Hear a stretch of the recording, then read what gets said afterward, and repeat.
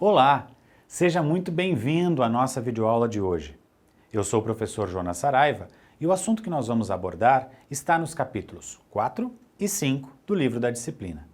Vamos falar sobre a relação entre as tecnologias educacionais e a curadoria docente, dois conceitos que hoje se tornaram indispensáveis para podermos organizar e operar situações de ensino e aprendizagem.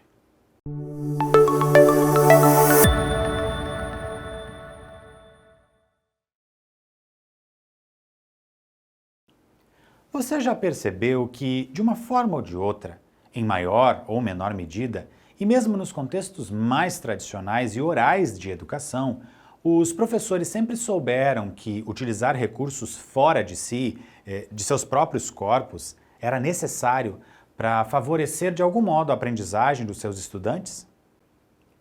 Platão diz que Sócrates usava recursos físicos e banais, como as pernas de uma mesa de madeira, se fosse necessário demonstrar fisicamente um conceito a um aluno durante a sua mediação maiêutica.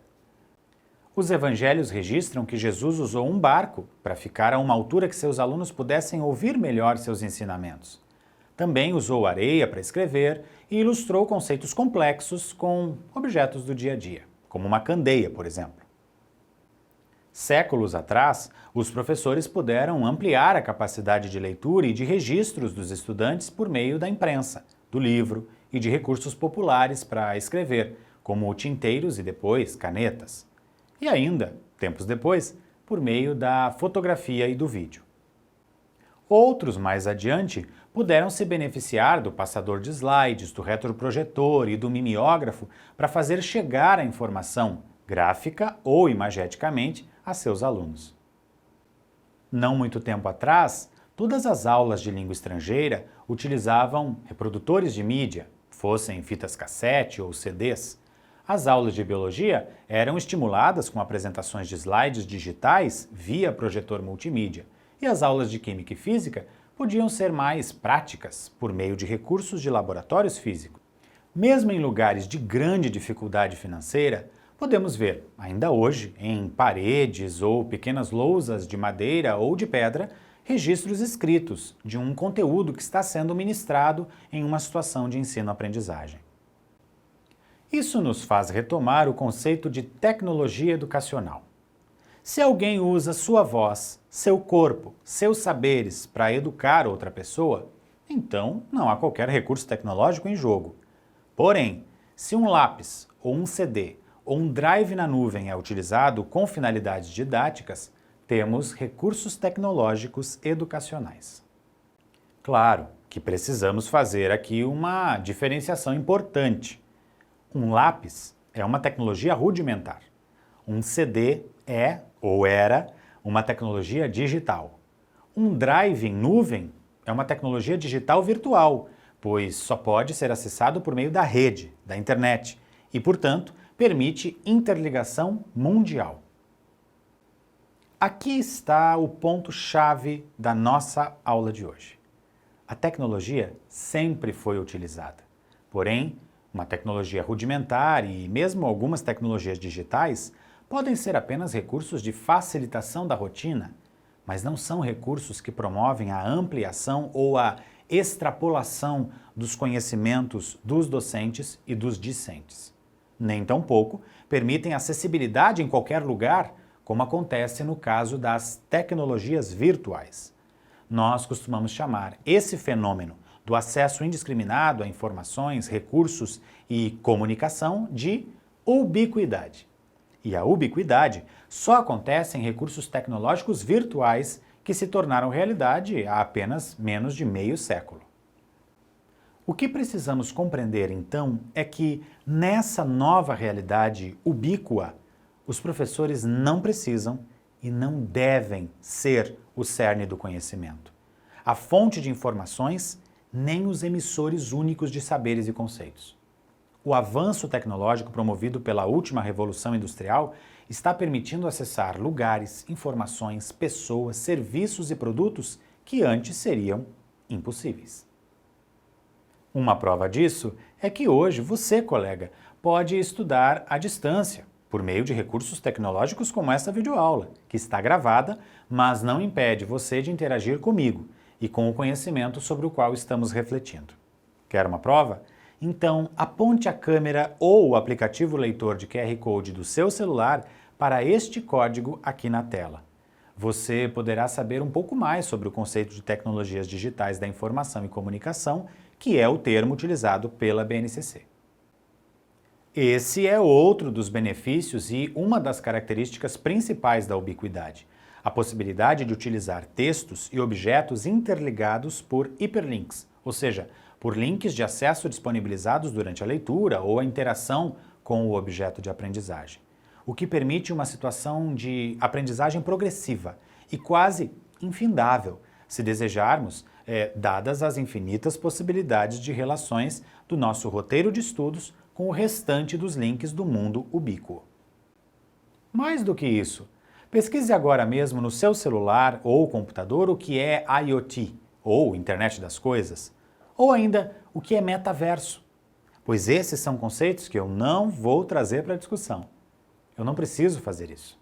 Eu não preciso sequer saber exatamente o que significam essas duas expressões, mesmo que sejam objetos dessa temática e dessa aula. A tecnologia permite que o seu saber seja maior que o meu, seja diferente do meu como professor, e que possamos discutir e aprender colaborativamente. Então, meu papel como docente se modifica. Eu passo a ser um curador, um mediador, um selecionador de informações, fontes, recursos, objetos e tecnologias que beneficiem a aprendizagem dos meus alunos. E também um planejador, para que essa aprendizagem tenha um objetivo, ocorra de acordo com um método, de preferência cooperativo, e tenha um tempo programado. Desperte interesse, seja lúdica, agradável, desafiadora, coletiva, mas personalizada e possibilite aos estudantes abrirem seus horizontes culturais, sociais, cognitivos, corporais, para agirem com criatividade e gerarem inovação para o mundo em que vivem. Parece complexo, mas é possível.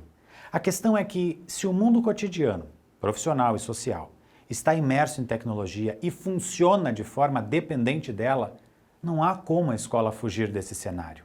Pelo contrário, é importante levar esse cenário a quem não o tem e fazer extrapolar o de quem já vive em contato com os recursos digitais. Desse modo, poderemos tentar garantir que os estudantes de hoje sejam os profissionais de amanhã em profissões que desconhecemos, mas que certamente vão se voltar cada vez mais para a tecnologia. A partir de agora, passa a fazer parte da nossa função como curadores e mediadores a identificação de quais são os melhores recursos para utilizarmos com nossos estudantes.